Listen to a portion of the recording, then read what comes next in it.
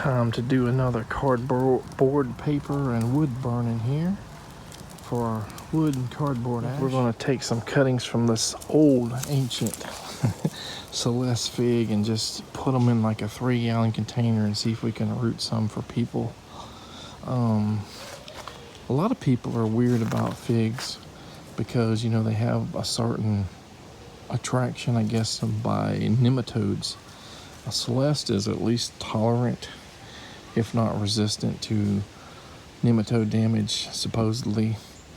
A lot of other figs aren't, but people sometimes will want them just bare root without any soil or just cuttings. So we're not going to go crazy getting, you know, a bunch of cuttings rooted for these guys. We're just going to do one pot, separate them later, and let whoever handle if they want to take all the soil out, examine the roots. That's strange, but some of the biggest draws about Celeste is obviously it's made for the south or southeast where it's high humidity. Number 2, probably root knot nematode resistance or tolerance. Number 3, it's a pretty early fig. You could do like this in a brown turkey type and have like a few weeks or maybe a couple months of figs. And there are even improved earlier types than this that might even produce fruit like 2 weeks earlier than the Celeste, like some kind of improved Celeste. You'll have to just check it out, do some research, or you don't have to have a pollinator, a wasp pollinator, to produce these guys. Capra figs, you don't have to have Capra figs in the area. And, you know, even if you did, if you don't have the wasps native or introduced and surviving and thriving in your area, then, you know, they won't do any good for you. I think even in parts of California where they're introduced, some people, if they're on the outer skirts of that area, they don't get a lot of pollination. But, you know, it's not all of California. It's an introduced wasp. So they, you know, certain types of maybe temperature, humidity, seasonal, whatever, people have tried to introduce this wasp, I think maybe to Arizona, maybe to a few other places, mostly not successful. I think even there have been some like greenhouse introductions, and I'm assuming that it's not successful or just not an option, I guess you'd say. You could probably hand pollinate if you're trying to breed or create new varieties. But other than that, you know, probably no reason to get those figs that require a pollinator. So here are the small and medium-sized pieces, but we have like 4 old, fogey, big pieces. Some of them look a little rough. Let's put this in a separate pot and just for an experiment, see if these guys will root and see what, comparing, you know, the smaller pieces with the bigger pieces, you know, which ones have most success. There we go. I could have put these, I guess, in individual gallon pots, but I'm not even going to name these guys with a tag yet because I really don't have any other figs that I'm trying to root. So we got one tag there, and if we have successes, separate them, tag everything, and see how it goes. It looks like it might rain today, so I'm just going to mist these guys slightly and put them in the shade. Otherwise, I may give them a little bit deeper watering. But hopefully, you know, at least without the sun here, it's not going to dry these guys out super fast. This morning we finished like phase 1 of our banana circle versus the banana mound we made, what, a year and a half ago or so. And this might be phase 3 for most people. You know, phase 1 could be digging the pit. Phase 2 could be, you know, getting that pit full of composted down stuff and just waiting for a year or 8 months or whatever to have that pit that has the mound of composting material high and watch it go into a dip below the actual mound. And most of this is below still because we didn't really fill it completely full. We didn't pack it in. We got a lot more stuff to do with it, but you know, we did that and planted it out. So like 3 phases of most people's banana circles we did in like a phase 1.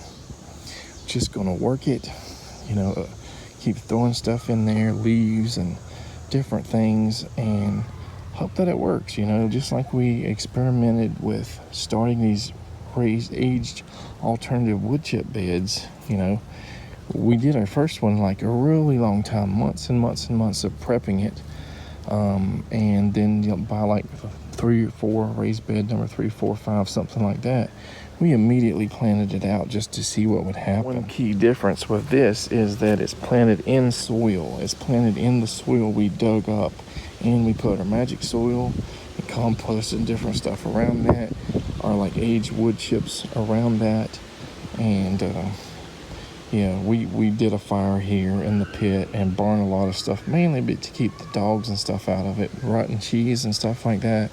We just, eggs, you know, some of the eggs were just nasty and brown, you know, when they popped them they stunk. Just to have 5 kids and you're trying to do outdoor work, indoor work, some of the stuff, you know, like I said in that video, just gets pushed to the back of the refrigerator. But, you know, we always check our eggs, float them and stuff, and check the dates before we use them. But, you know, every 2 or 3 months we do a clean out, and we could either throw that in the dumpster, you know, or we can do something with it to compost it, you know. And you can do it with meats and everything, but I didn't really have any meats to put in here. Pulverized garden lime in here, we put wheat bran in here, we did stink water, and I don't know, maybe some other stuff. I'm going to show you our first kind of remnants of a Mexican Tithonia, the perennial one, the yellow one versus the red or orange ones we have. This wood got blew down actually in the hurricane, the second one I believe.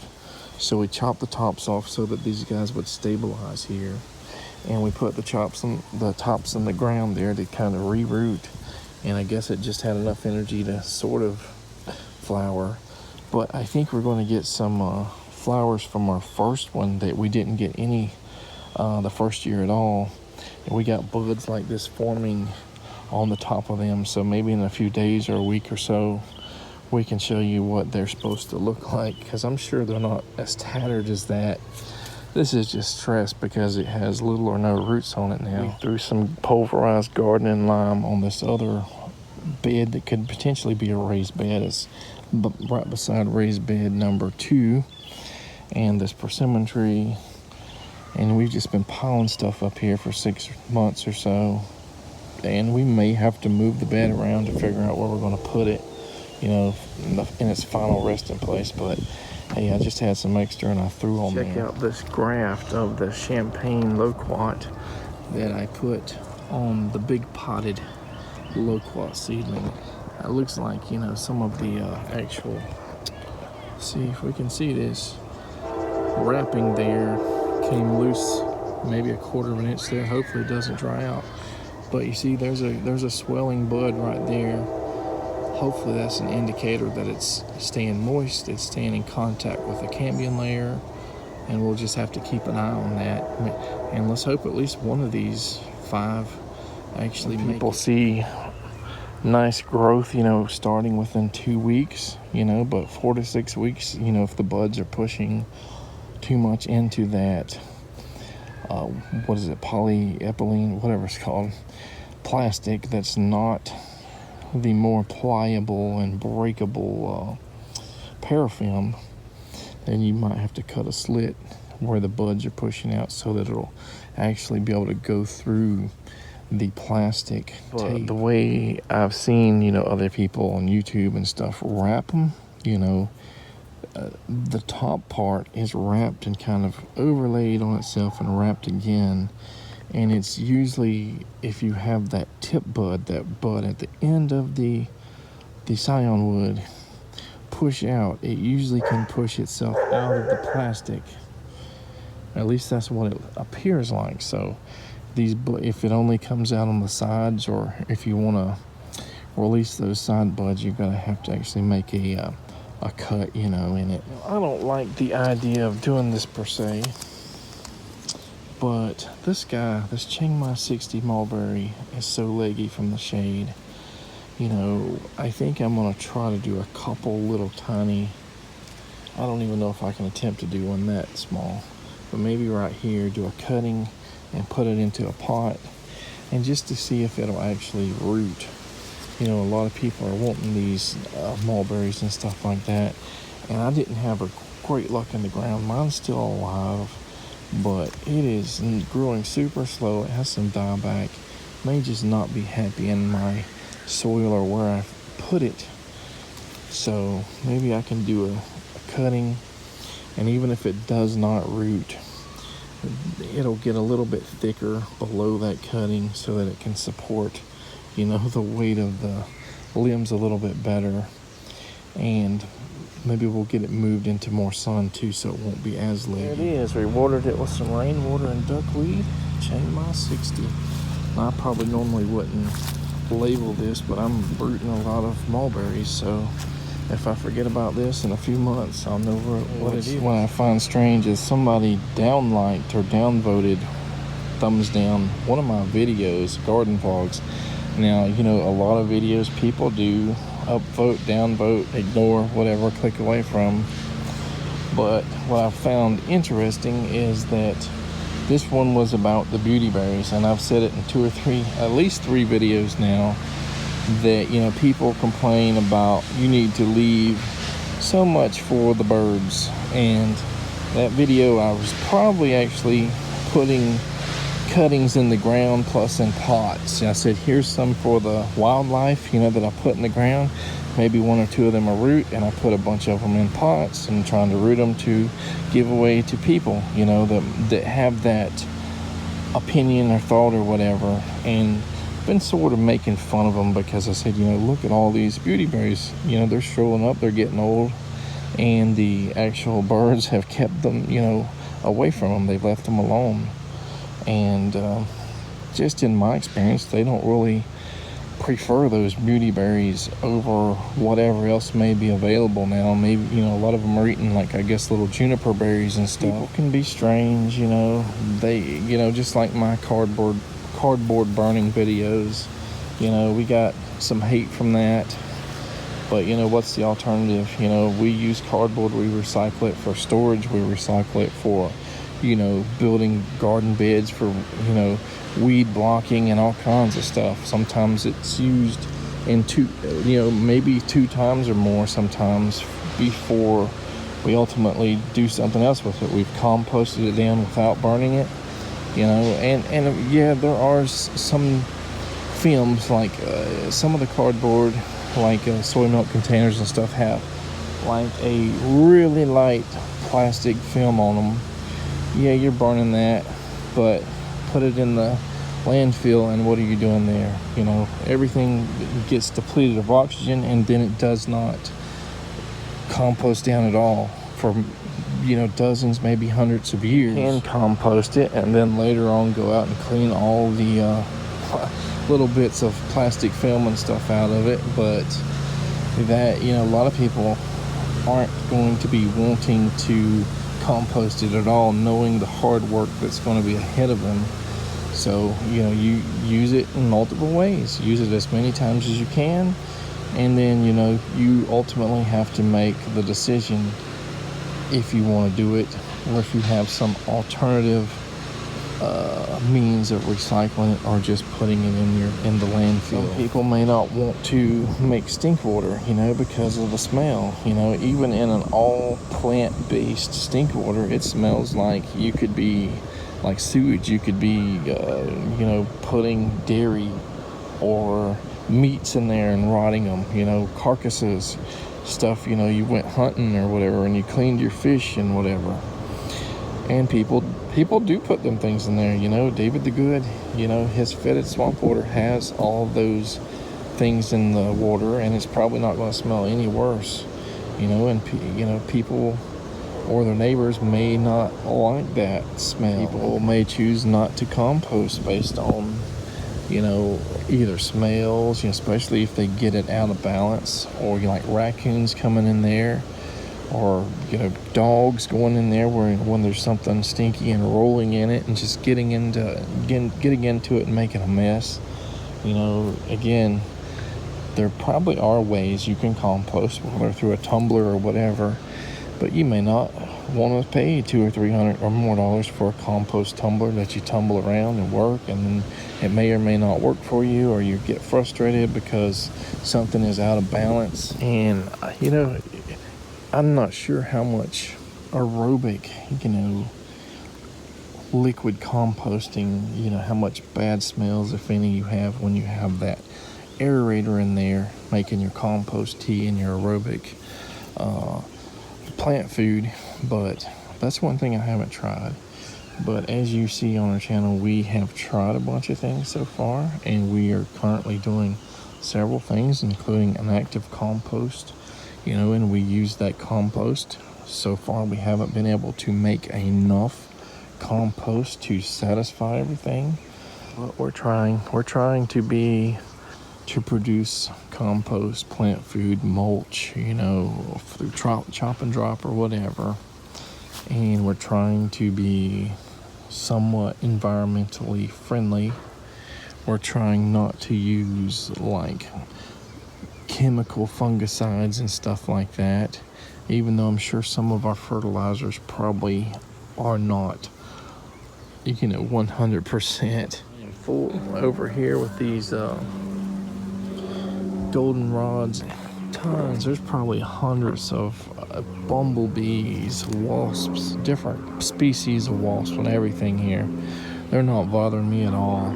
They're just flying around just everywhere, getting that pollen from those flowers. I guess my advice for anyone and everyone that is not already an expert is to learn, continue to learn, no matter how old you are.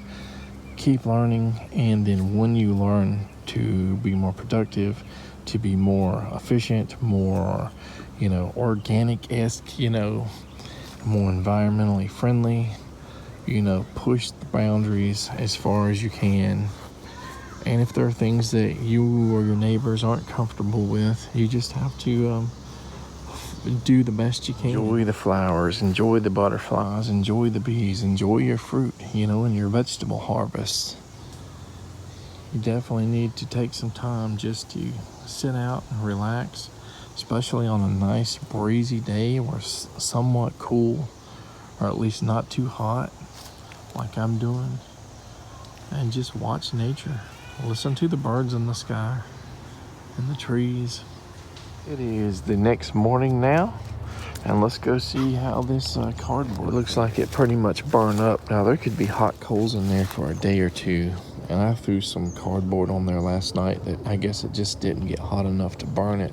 The best time to do this is when you have 2 or 3 days after your burn without any rain, so you can collect that ash and get the maximum use out of it, because as soon as it rains, a lot of the nutrients just wash away. Like 56, 57 degrees today, Fahrenheit. And Natalie got a root beer the other day, and she didn't drink it all. Guess what? We're going to put it in this stink water. Those sugars and stuff are going to help the fermentation process along. This morning, these Suriname cherries really look perked up now, so hopefully they've survived that transplant and will do well. Again, if we had some scorching heat, we would probably have definitely put them in the shade early. But I am kind of worried about these Sabara jaboticabas. They may need to just go on into the shade till they recover fully. You may not have to go far from that banana circle to get leaves, because we got tons of camphor and stuff right here from all these limbs we had dropped off, a month or so back. They've kind of fallen off of the actual limbs, and as we shake the limbs, they're just going to fall right there. Just a quick rake and a bucket or something, and we could probably fill that hole, all those little crevices up with this, and you can see the white stuff all over it. And it's already getting that leaf mold on it, some of the sticks and all. And when you compost leaves alone and nothing else, you call it leaf mold, because the fungal activity just encapsulate the leaves, and eat them, and they create a soil without other stuff, I guess you would say. A lot of people say don't rake your leaves, your oak leaves and everything else that's in the ground, because that creates a healthier soil, with that fungal growth all over them. And most people think, fungus, mold, slime, all that stuff as being bad, but I think most of them are not bad, and some of them are super, super beneficial to the soil and to the plants around them. If you feel like you need to rake your leaves for, aesthetic purposes, for to create friendly neighbors that don't like leaves everywhere, collect them and put them to good use, or give them to somebody that would want them. Bag them up. Some cities do have a collection for yard and waste. Some of them compost the yard waste and give them to the residents, and other ones they'll sell back the composted material. In the case of oak leaves, many people are experimenting with making like a tea or a drench for their citrus greening, to help treat it. It's not going to cure it, but it'll supposedly make the trees, as long as you keep dosing it with this,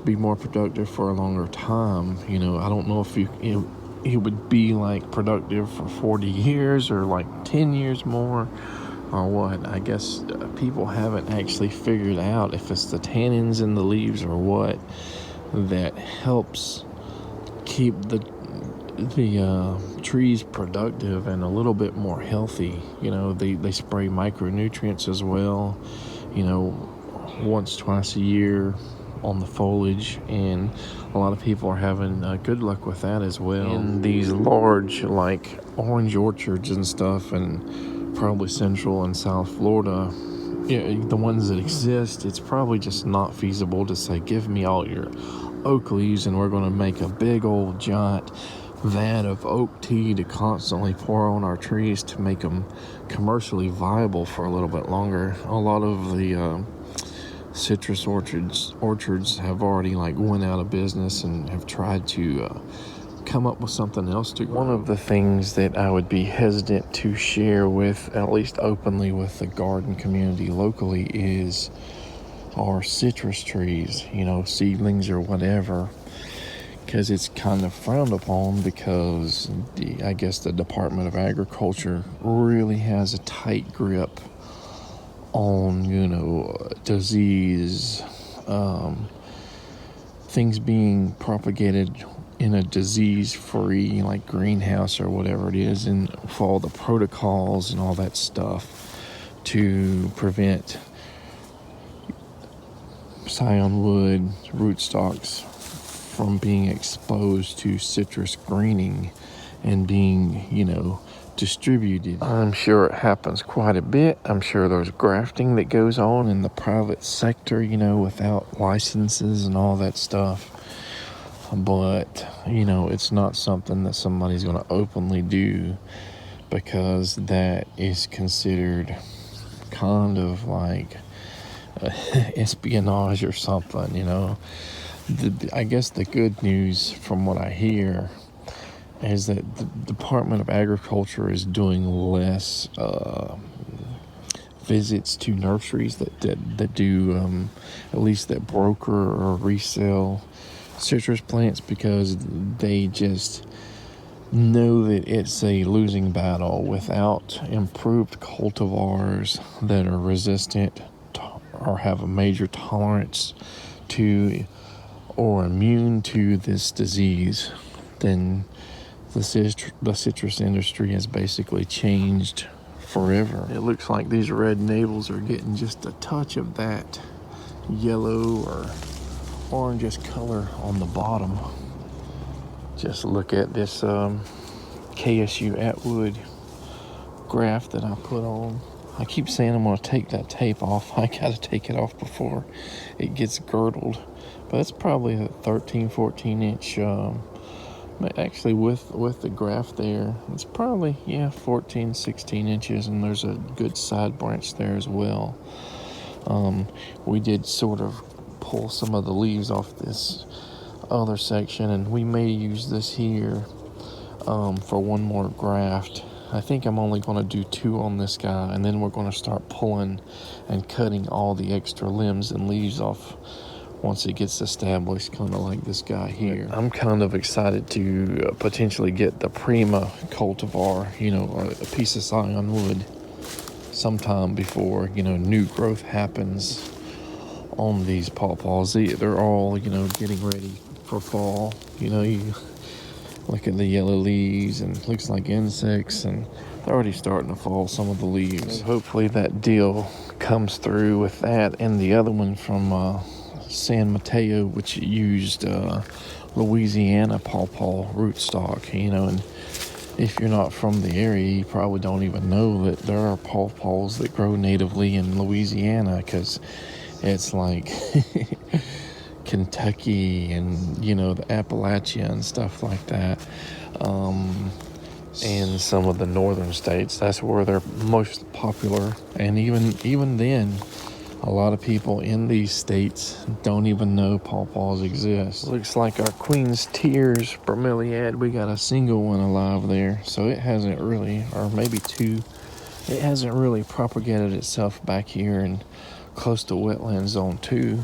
But I just noticed there is a little palm there. I don't think that, I'm assuming these jelly palms need pollination to produce good fruit, because they seem to often just drop all their fruit, maybe prematurely. Of course, squirrels and all get them as well.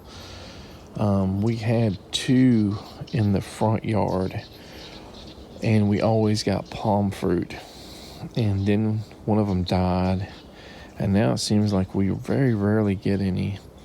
So maybe we need 2 close together to get that pollination they may need. This Duncan grapefruit in wetland zone 2, wettest part of our yard or whatever. Looks amazing. I wish the other one we planted would look as good as this, but it's kind of struggling. And it's like, it had like half of a tree has had dieback, so it's like probably not 1/3 the size of this guy. Look at the bushiness, the nice dark green. Just looks amazing. So the other day when we were doing white mulberry cuttings, we didn't really get enough, so let's get a little bit more to put in that bucket to try to root them. Maybe 5 to 10 more little pieces. All right, so that's a little bit more fuller. You could probably put more in there, but I'm not too worried about it. I actually had to go back twice to get more cuttings, because the first one was full of powdery mildew on one of the trees. And I don't know why that's a big issue this year. We had the drought, and I guess maybe the flooding and the hurricanes just was a little bit too much for them. The other tree has a lot less powdery mildew for whatever reason. They're only a few 100 feet apart. But the second one, the buds were super spaced, between one bud and another. So I didn't get a lot of cutting material. So I had to go get a third one. And I think that's what we're going to have. 1, 2, 3, 4, 5, 6, 7, 8, 9, 10, 12, 13, 14, 16 or so. That's good enough. A couple of these hibiscus plants, swamp mallows or whatever. And we're going to put 2 of them in this 1-gallon container. If they both root, we'll separate them and give those away to somebody. Voila! These definitely look like something else, don't they? Also potted up, sort of a self-rooted Mexican Tithonia here. This is the perennial yellow-flowered version, not the annual reseeding version. But it was kind of just, as we was pruning some out, we just pruned this piece out and we seen some root on it, so I decided just to put it in a pot, and it should be fine. Watered it with that rainwater and duckweed, and for now, we have pots and all to give to people, so we're going to root stuff, possibly have enough for 2 seasons to give away maybe, and after that we're just going to have to probably give cuttings away, or see if anybody, if we can get free or cheap containers from people. And sometimes when I give away plants to people I know, I say, after you plant them, just save the pots for me to come pick up later. And sometimes it happens, sometimes it doesn't. But if it does, you see, you got more containers for more plants for me to root and give to you. Most of the loquats are still just drooping and that I've put in the pots, but this one guy's he's been a champ, still just perked up and looking really good. My luck with just yanking loquats out of the ground and keeping them alive in containers hasn't been good, but I did rescue that one last year that was growing against a house that I grafted onto the other day. I did not think it was going to survive. 2/3 of its roots were cut probably, but I babied it for a long time. And it doesn't look perfect bushing out like crazy, with leaves, but it looks good. It's alive, and hopefully it'll continue to thrive, build back its root system, maybe get it in a larger container or in the ground if we decide to keep it. For now, it's a backup. We did 5 of those champagne loquat grafts, and 3 of those were on these new seedlings that we just popped out of the ground and put in a pot, so they may or may not survive at all, regardless of whether the graft would take.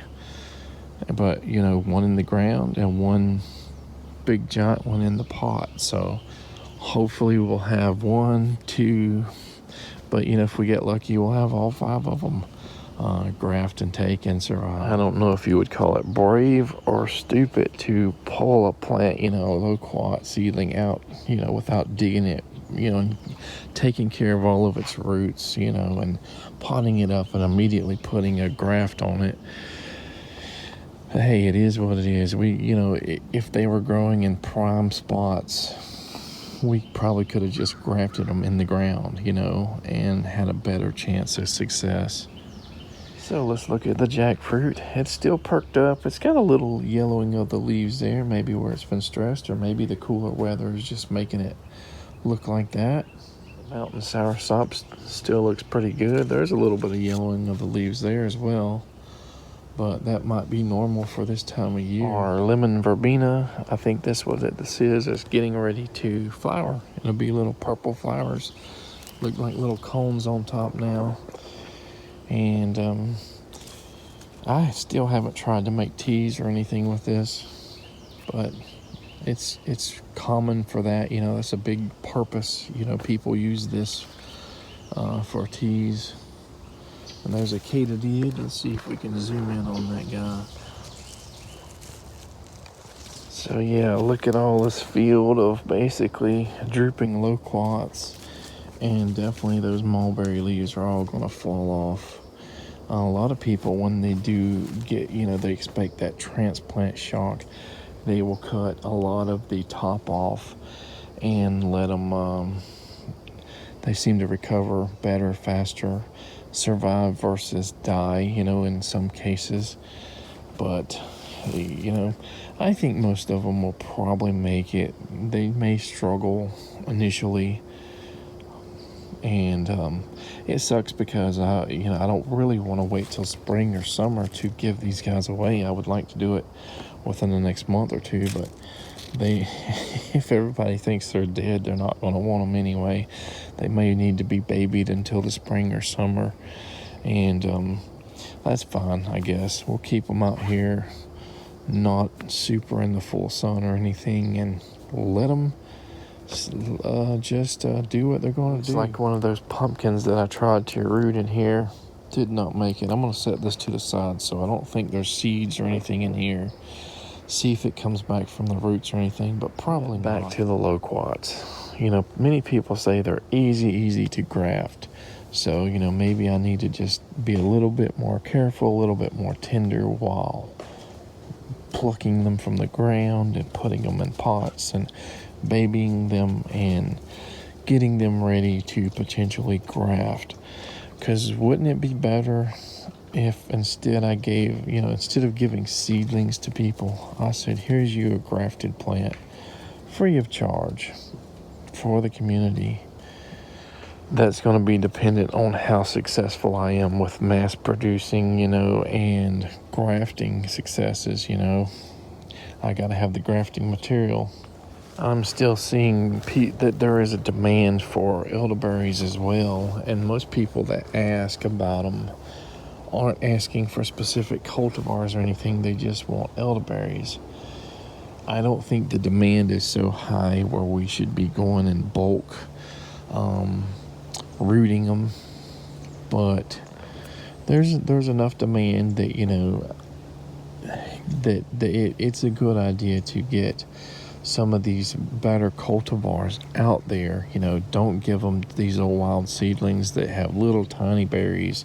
The flowers aren't fragrant, they're not as pretty, flower heads are smaller, less berries, smaller berries, more work to process them.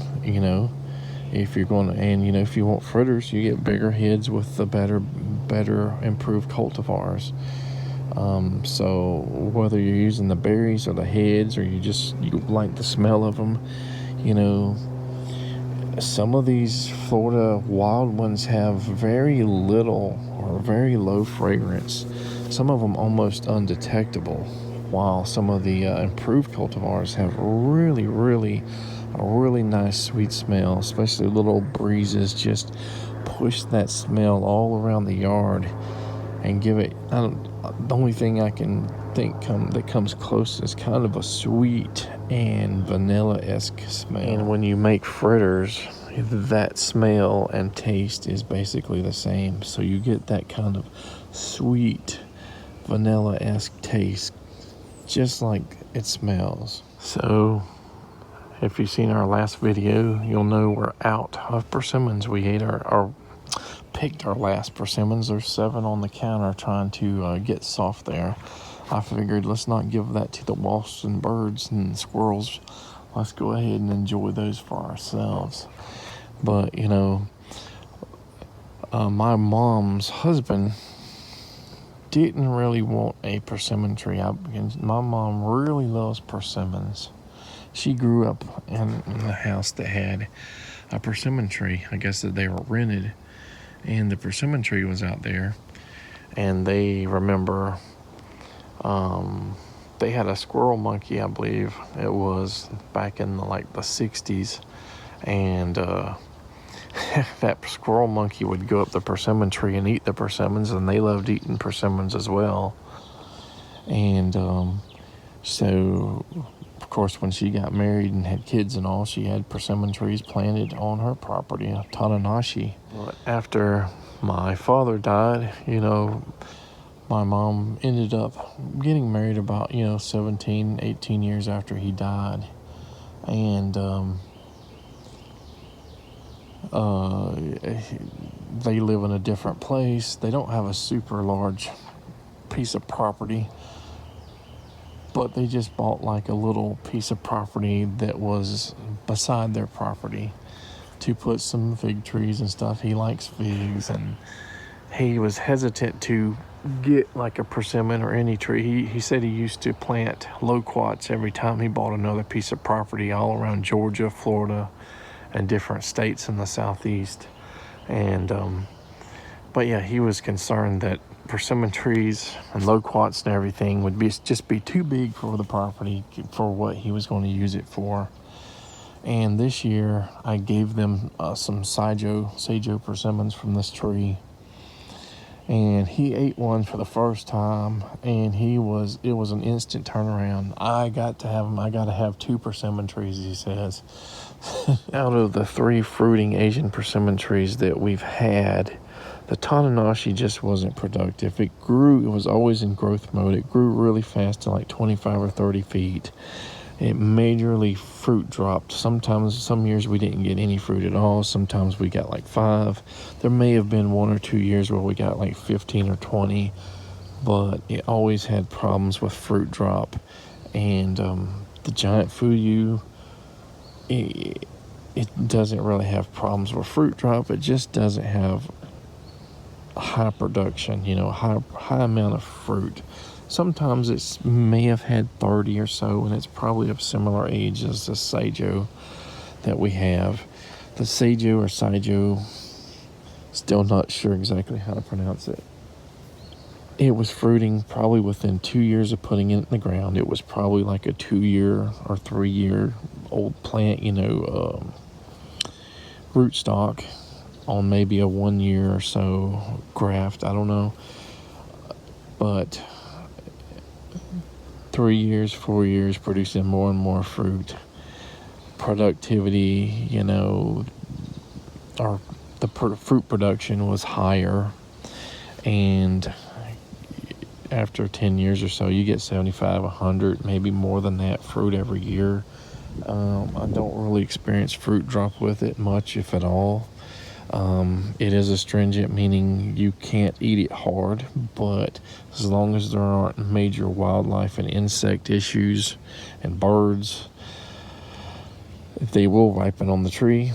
And every 2 or 3 days, you can come out here and just get you a handful of tree ripened fruit. You don't have to take 100 of them and stick them on your counter and have them all ripen at once with a big sloppy mess that's just, you can't use, because you can't eat 100 of these. Maybe you can eat 3 at a time. But it's just outproduced the giant fuyu and the Tananashi. The giant fuyu you can eat while hard, like an apple, but it doesn't have a lot of flavor like that. Some people prefer it just because the texture of a soft persimmon is just off-putting.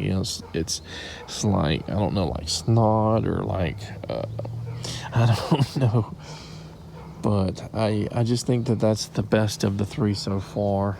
And we've got 3 other varieties here that we're trying, and I'll probably gonna end up getting like a chocolate type as well, or coffee cake or something, just to see if they supposedly have a different flavor. I don't think it tastes like chocolate. Some people say it does, but I think it has like a little bit of a spiciness flavor to some of these guys. But for the most part, I think Saijo is the clear winner here. But if they want to, they might as well get, this one and something else.